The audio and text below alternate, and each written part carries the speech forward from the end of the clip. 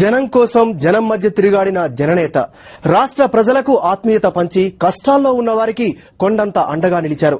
పగలనక రాత్రనక ప్రజా సమస్యలపై గలమెత్తారు. జనం సమస్యలు పట్టని సర్కారు ముద్రనిద్రను వదిలించేందుకు అలుపెరగని పోరాటం చేశారు. రాష్ట్రం ఆ చివరి నుంచి ఈ చివరి వరకు జనమంతా జగనన్నకు జేజేలు పలికి మహానేత తనయుడిని జననేతను చేశారు. జగనన్నలో రాజన్నను చూసుకుని జనం మురిసిపోయారు.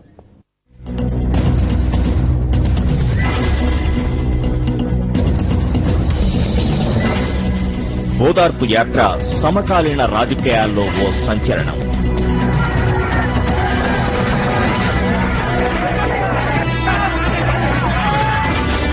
వేల కిలోమీటర్ల ప్రయాణం,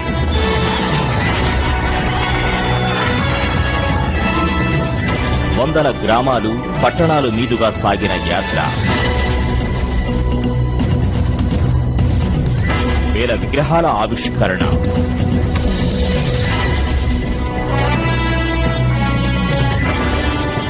వందల కుటుంబాలకు ఆత్మీయ పలకరింపు. జనమే అండగా ఏప్రిల్ 9, 2010 ప్రారంభమైన ఓదార్పు యాత్ర అనేక పరిణామాల్ని చూసింది. ఢిల్లీ పెద్దల ఆంక్షలు పెట్టారు, అడ్డంకులు సృష్టించారు. సదాశయంతో మహోన్నత లక్ష్యంతో చేపట్టిన యాత్ర అనేక అవరోధాలను ఎదుర్కొంది.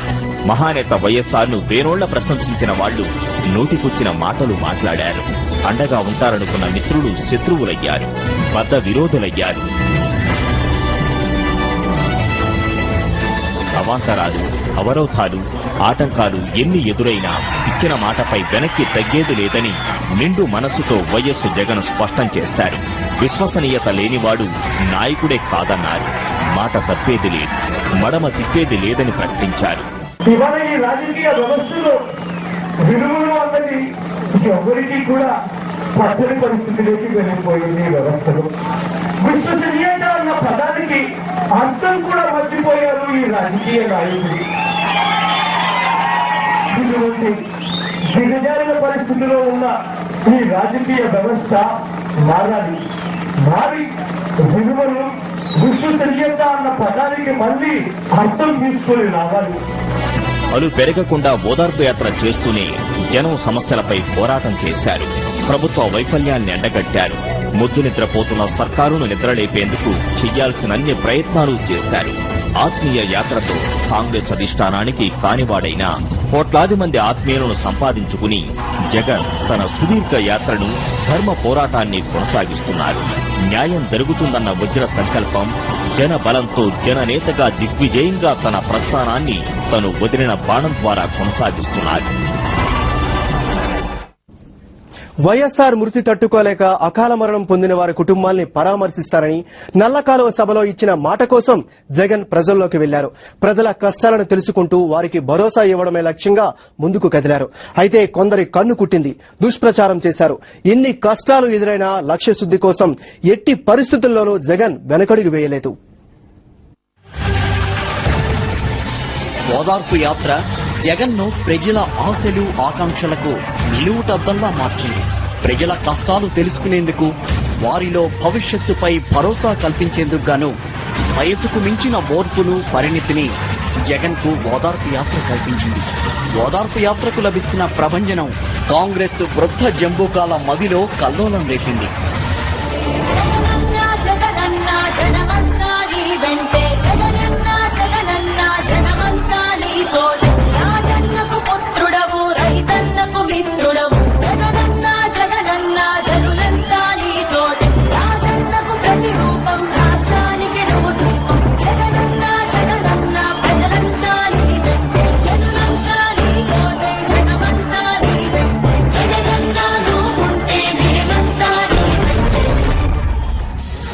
జగన్ జననేతగా ఎదగడం వారికి ఇష్టం లేదు.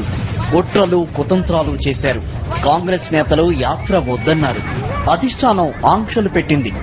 ఎమ్మెల్యేలు, ఎంపీలు ఎవ్వరూ కూడా ఓదార్పు యాత్రలో పాల్గొనవద్దని ఆదేశాలు జారీ చేశారు. జగన్ కు మద్దతుగా నిలబడినందుకు వేటు వేశారు. జగన్ వెనక్కి తగ్గలేదు. ఓదార్పు ఆగలేదు.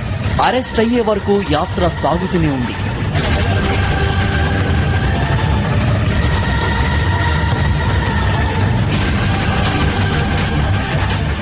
మొత్తం 13 జిల్లాల్లో 265 రోజుల పాటు సాగిన ఓదార్పు యాత్రలో 494 కుటుంబాలను జగన్ ఓదార్చారు. 18,162 కిలోమీటర్ల మేర ఓదార్పు యాత్ర సాగింది. గ్రామాల్లో 5,124, పట్టణాల్లో 2,217 సభలు నిర్వహించి రికార్డు సృష్టించారు జగన్. వైఎస్ఆర్ మరణాన్ని తట్టుకోలేక మరణించిన వారిని పరామర్శిస్తామని, కుటుంబానికి 1,00,000 అందజేస్తామని ప్రకటించిన కాంగ్రెస్ అధిష్టానం ఆ విషయాన్ని అటకెక్కించేసింది.